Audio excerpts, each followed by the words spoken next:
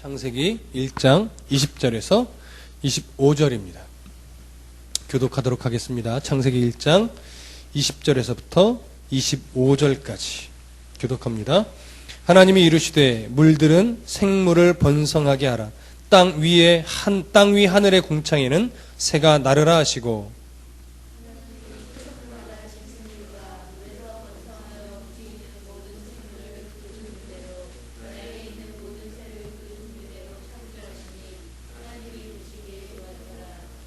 하나님이 그들에게 복을 주시며 이르시되 생육하고 번성하여 여러 바닷물에 충만하라. 새들도 땅에 번성하라 하시니라.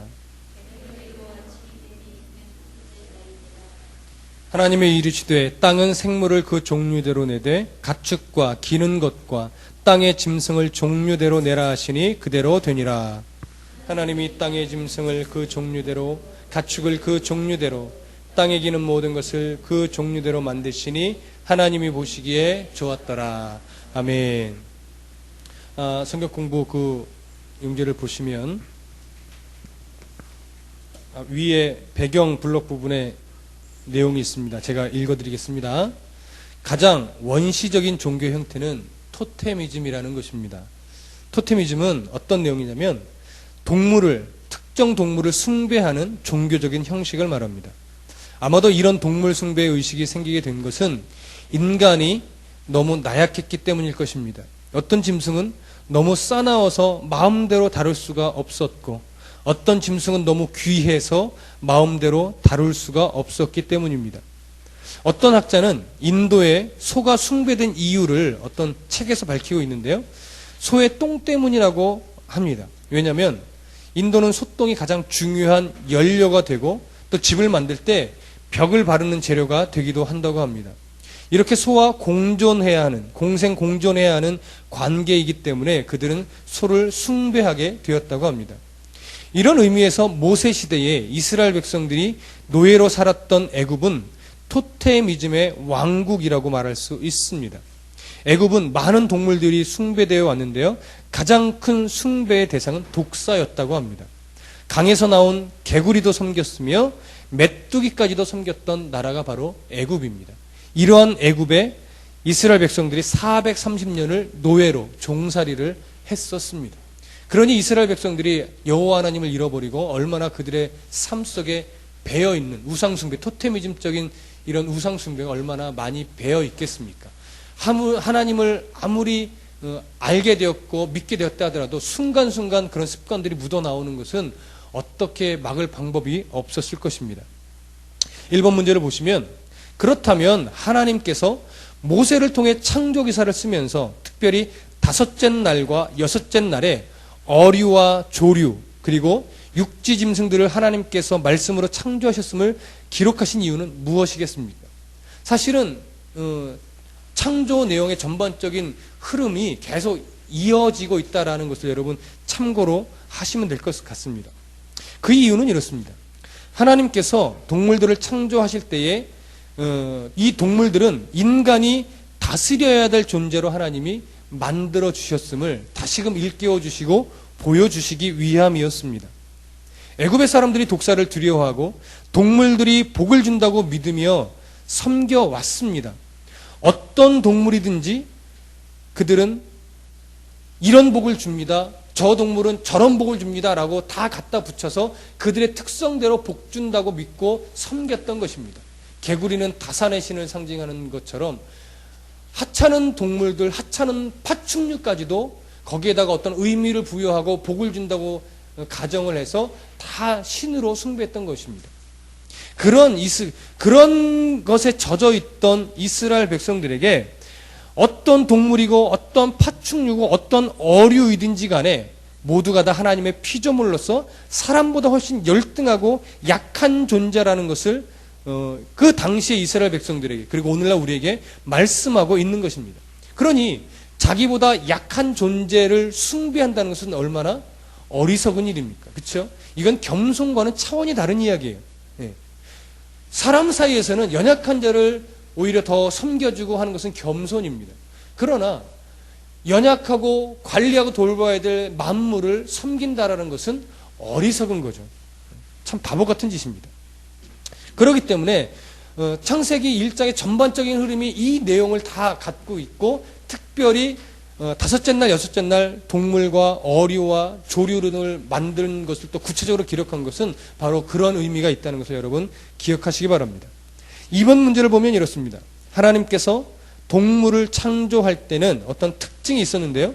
창세기 1장 20절과 24절을 보면 물과 땅에게 생물을 내라고 하나님이 명령하십니다.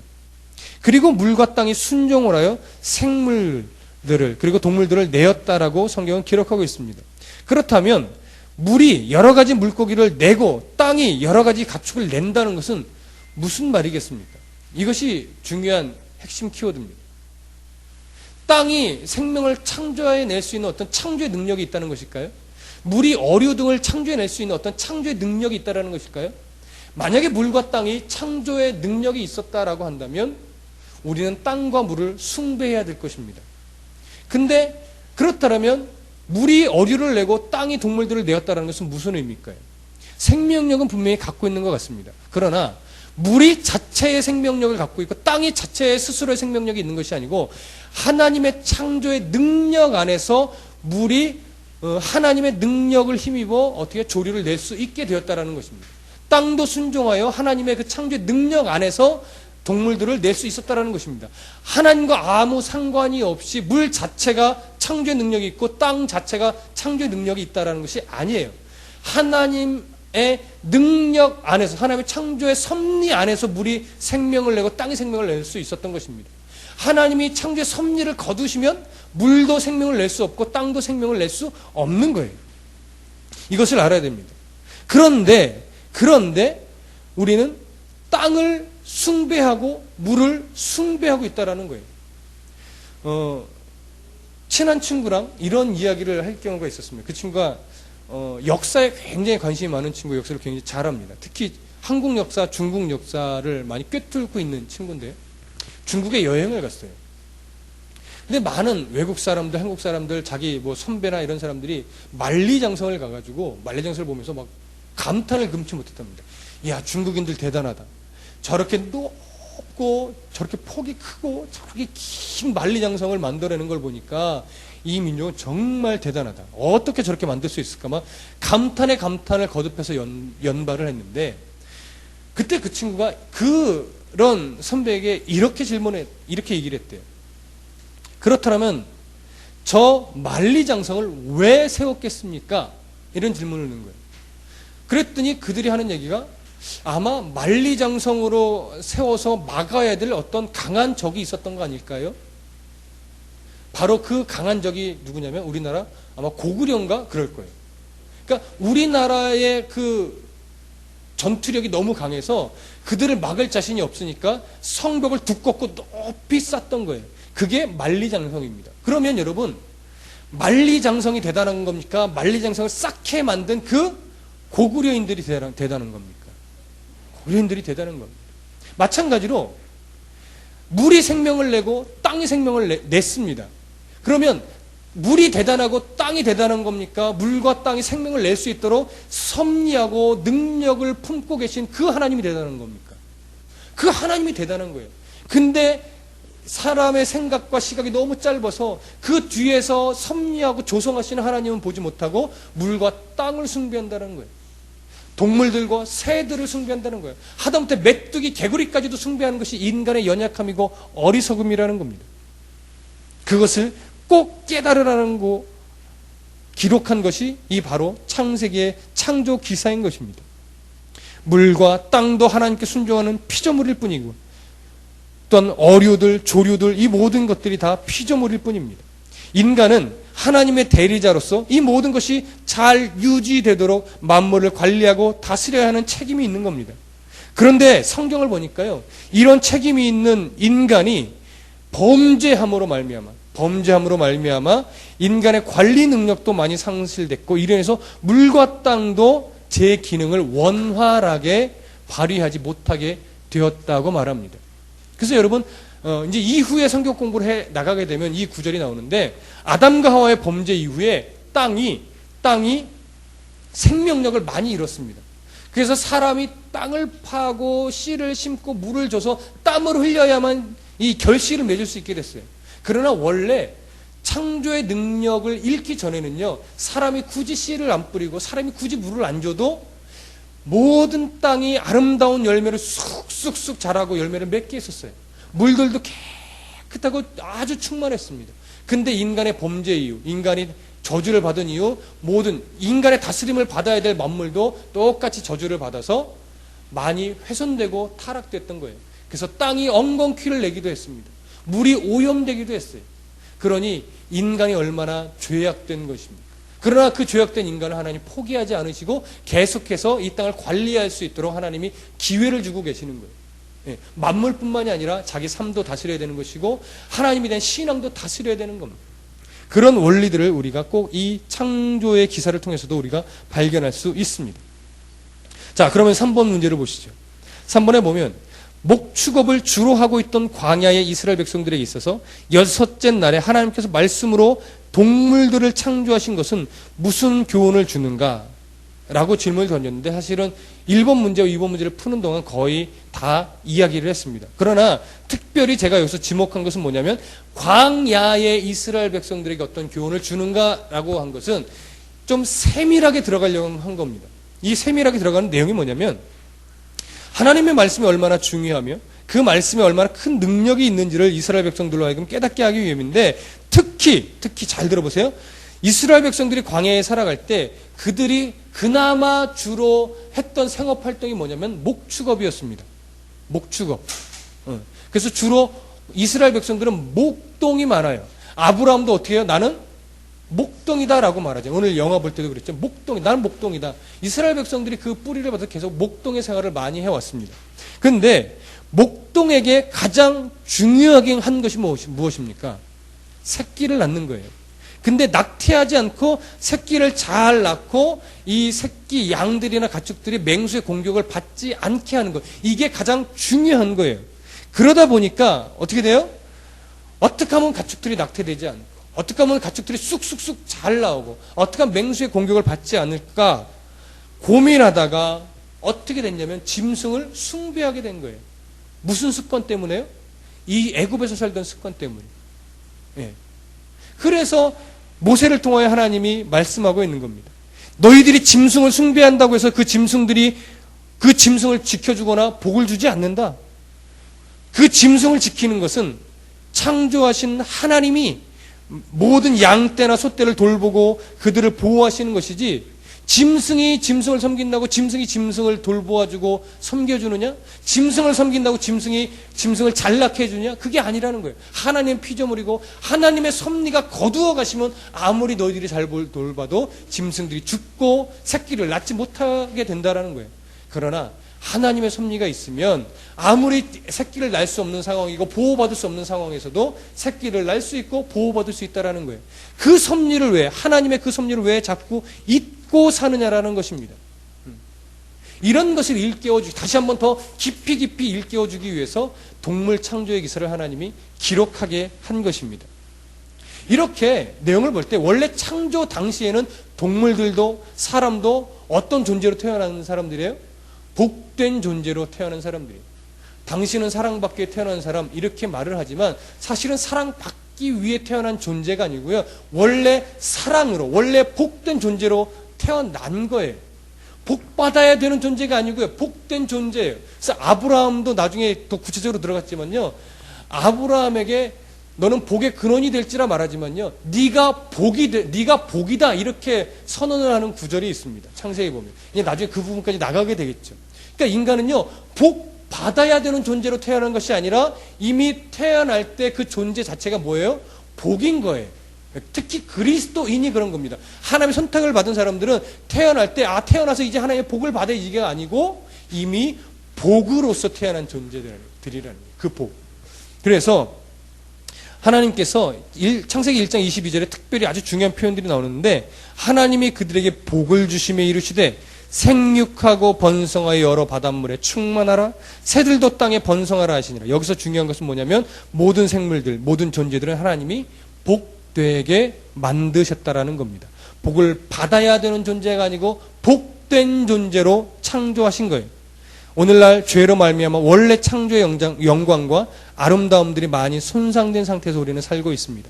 그러다 보니까 이미도 복된 존재로 지음받았음을 자꾸 잃어버리고 하나님이 우리를 천국 아니면 지옥에 심판하라고 창조하신 것처럼 여기게 되고 그 하나님은 너무하다고 손가락질하기도 하고 마치 우리는 버림받은 존재처럼 여기기도 하고 나는 왜 이런 환경에서 나를 태어나게 만들었습니까? 라고 세상을 원망하고 비판해서 옥상에서 떨어지기도 하고 이렇게 어처구니 없는 일들이 벌어지는 것이 오늘날의 현실입니다.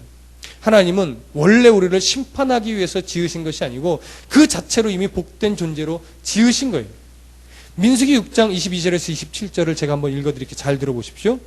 여호와께서 모세에게 일러 가라사대 아론과 그 아들들에게 고하여 이르기를 너희는 이스라엘 자손을 위하여 이렇게 축복하여 이르되 여호와는 네게 복을 주시고 너를 지키시기를 원하며 여호와는 그 얼굴을 네게 비추사 은혜 베푸시기를 원하며 여호와는 그 얼굴을 네게로 향하여 드사 평강 주시기를 원하노라 할지니라 하라.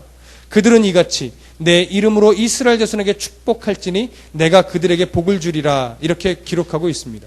하나님은 하나님의 백성들에게 복된 존재로 지어 놓으셨고 또한 늘 하나님의 필에 맞게 복을 주기를 또한 원하고 계십니다.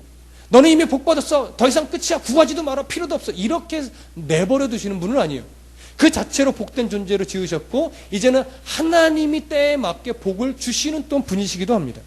여기서 하나님은 자기 백성들에게 복 주시기를 원하면서 어떠한 조건도 달지 않고 있습니다. 네가 이렇게 하면 내가 복 줄게. 이렇게 조건을 달지 않으신다는 얘기예요.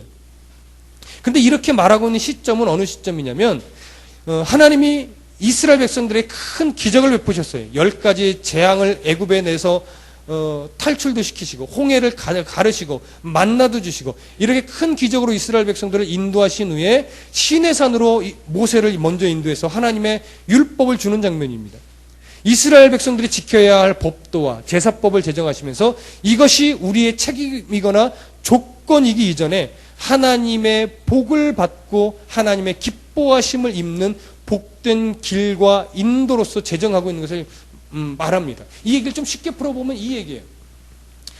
광야를 나와서 하나님의 은혜로 광야로 온 이스라엘 백성들 그 무리를 대표해서 모세를 하나님의 시내산으로 인도했습니다. 그리고 시내산에서 율법을 줍니다. 근데 율법은 여러 가지 의미를 이야기할 수 있어요. 첫 번째 가장 중요한 것은 율법은 니들이 지켜 안 지키면 벌 준다 이렇게 올무로 막 끼워 맞추려고 하나님이 주신 것이 아니고 하나님의 백성들의 근본적인 삶은 이렇게 살아야 되는데 우리들은 인간의 속성은 이것을 온전히 지킬 수 없는 연약한 존재이니 너희들은 하나님의 은혜를 입어야만 살 수 있는 존재다. 이것을 인정해라는 것을 가르쳐주기 위해서 율법을 준 거예요.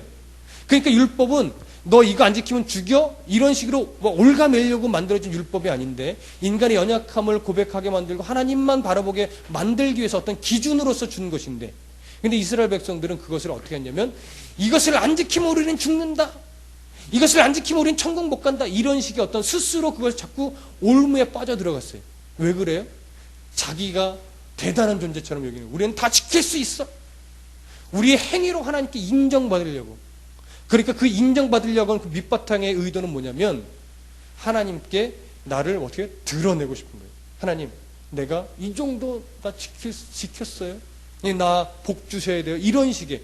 이게 바로 전형적인 기복주의로 흘러가는 그 길입니다. 신앙생활 할 때 하나님 내가 이만큼 헌신했는데 하나님 내가 이만큼 헌금했는데 이런 식의 논리로 하나님께 나가기 시작하면 그 사람은 100% 기복주의로 빠지게 되고 그 사람은 머지않아 상처받고 교회를 떠나게 되어 있습니다. 왜요?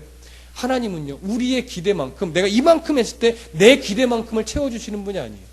내 기대와 전혀 다른 모습으로 내 영적으로 필요한 것을 풀어가시는 분이지. 그래서 그리스도인은요 언제나 세월이 지나서 결과로 하나님을 바라보게 되는 겁니다. 결과로 하나님이 원하시는, 그래서 깨닫게 되는 눈이 열려야 되는 것이죠. 이런 은혜를 하나님이 베풀어 주셨음에도 불구하고 당시 이스라엘 백성들은 자꾸 자기의 행위로 노력으로 무엇인가를 이루어내서 하나님께 나아가려고 했었습니다.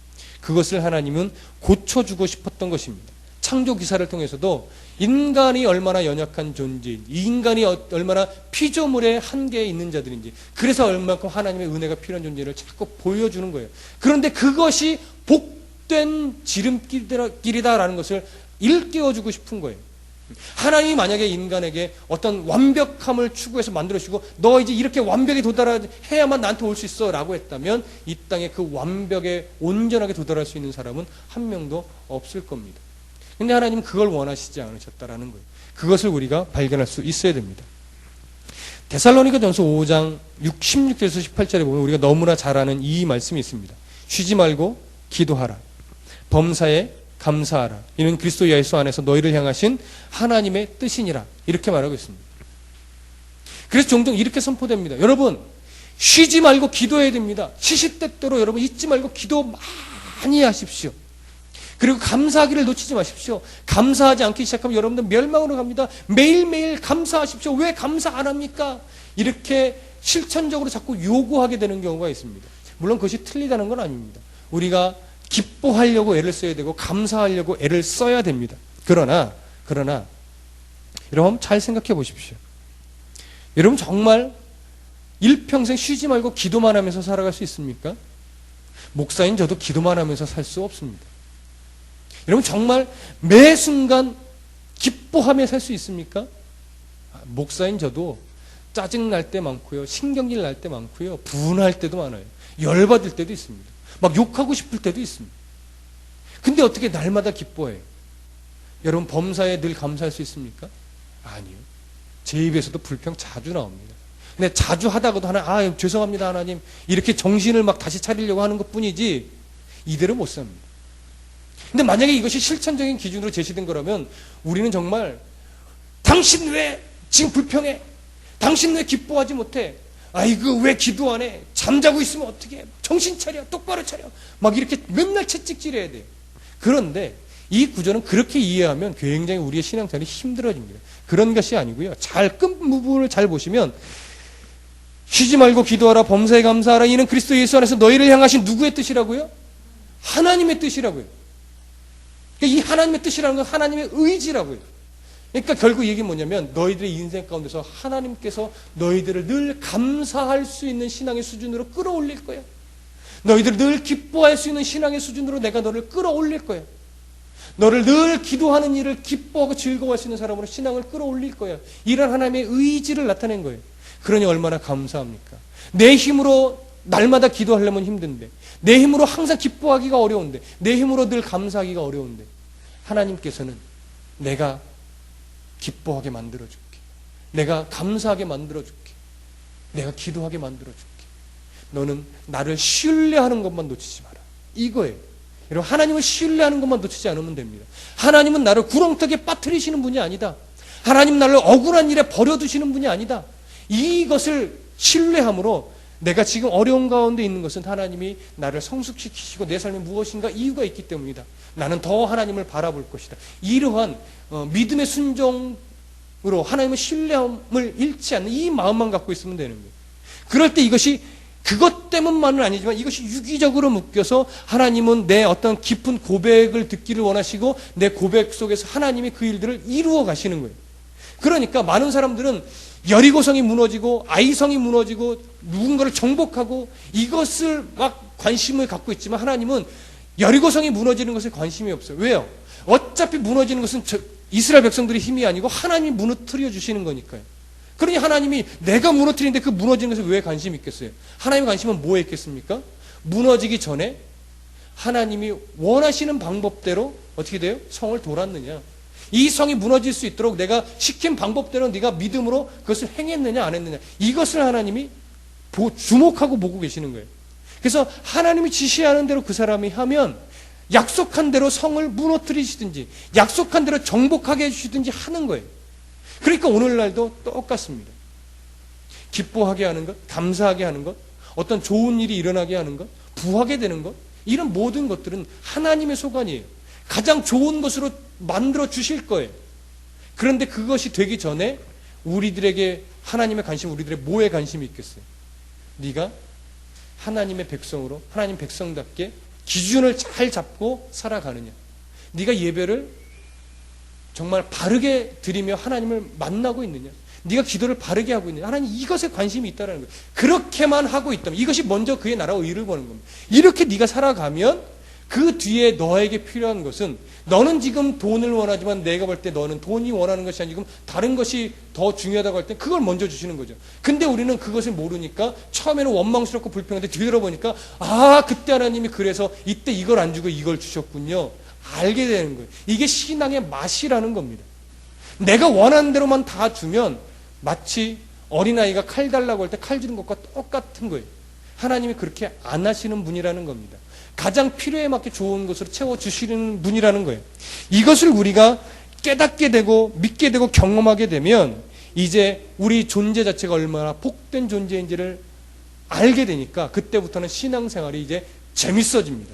그리고 웬만한 풍파에는요, 눈도 끔짝 안 해요. 이 정도의 어려움은 하나님 안에서 이미 내가 수준이 한참 높아. 다 이거 바람 지나가면 하나님이 나를 더 견고하게 만드실 거야. 그러니까 웬만한 바람이 불어오고 웬만한 어려움이 있어도 그보다 차원 높이 우리가 하나님 안에 딱 서 있으니까 어떻게 돼요? 별거 아닌 거예요. 별거 아닌 거예요. 야, 내가 돈 때문에 신앙 팔아먹을 줄 아느냐? 내가 한낱 저 명예 때문에 내 신앙을 팔아먹을 줄 아느냐? 의연해지는 거죠. 의연해지는 거죠. 파도가 아무리 넘쳐나도 그 파도의 깊은 바닷속은 어떻게 해요? 굉장히 잠잠합니다. 우리는 험난한 파도 보고 놀라지만 이미 바다 깊은 곳에 들어가 보면 바다 깊은 속은 잠잠하고 이걸 알 수 있는 거예요. 이것을 경험하면 만물도 주관하고 창조하신 그 하나님의 섭리를 믿게 되니까 인생의 험난한 폭풍이 몰아와도 그 밑바닥에 잠잠히 예비해놓고 계획하신 그 하나님의 섭리를 우리가 믿음의 눈을 열어 보게 되니까 파도는 지나가는 거예요. 풍파 지나가는 거예요. 이 풍파 지나가면 나는 한 단계 성숙할 것이고 하나님이 나를 더 복된 길로 인도하시지. 이 믿음이 이것을 아니까, 이것을 알게 되니까 어떻게 돼요? 얼마나 삶이 평화롭고 평안한지 모릅니다. 이런 성숙한 성도가 되시기를 간절히 소원합니다. 골로새서 3장 15절에 이런 말씀이 있습니다. 그리스도의 평강이 너희 마음을 주장하게 하라. 평강을 위하여 너희가 한 몸으로 부르심을 받았나니 또한 너희는 감사하는 자가 되라. 이렇게 기록하고 있습니다. 여기서 감사하라는 명령이 아닙니다. 감사로 기인해서 모든 행동들이 나온다는 겁니다. 여기서 감사는 결국은 뭐냐면 하나님을 신뢰하는 믿음이 이 세상 앞에서 우리가 의연하게 대처할 수 있게 된다는 거예요. 결국 뭡니까? 하나님을 신뢰하는 백성만이 이 세상에 당당하고 멋진 그리스도인으로 살아갈 수 있게 만드는 원동력이라는 거죠. 이것을 꼭 누리며 살아가시길 바랍니다. 이 하나님을 꼭 깊이 있게 만나서 우리의 인생이 어떤 분은 길었고 어떤 사람은 중간, 어떤 사람은 짧은 인생, 아직은 그럴지 몰라도 어쨌든 그 인생의 삶 속에 되돌아보면 지금 만난 하나님이 섭리하시지 않았으면 우리가 이렇게 살아올 수 없었구나라는 걸 알게 되는 거예요. 이제라도 이 하나님을 만나서 정말 남은 삶, 길고 짧은 우리의 인생을 더 복되게 살았고 더 가치 있게 살아가야 되겠다라는 믿음의 성숙함이 우리 모두에게 있기를 소원합니다.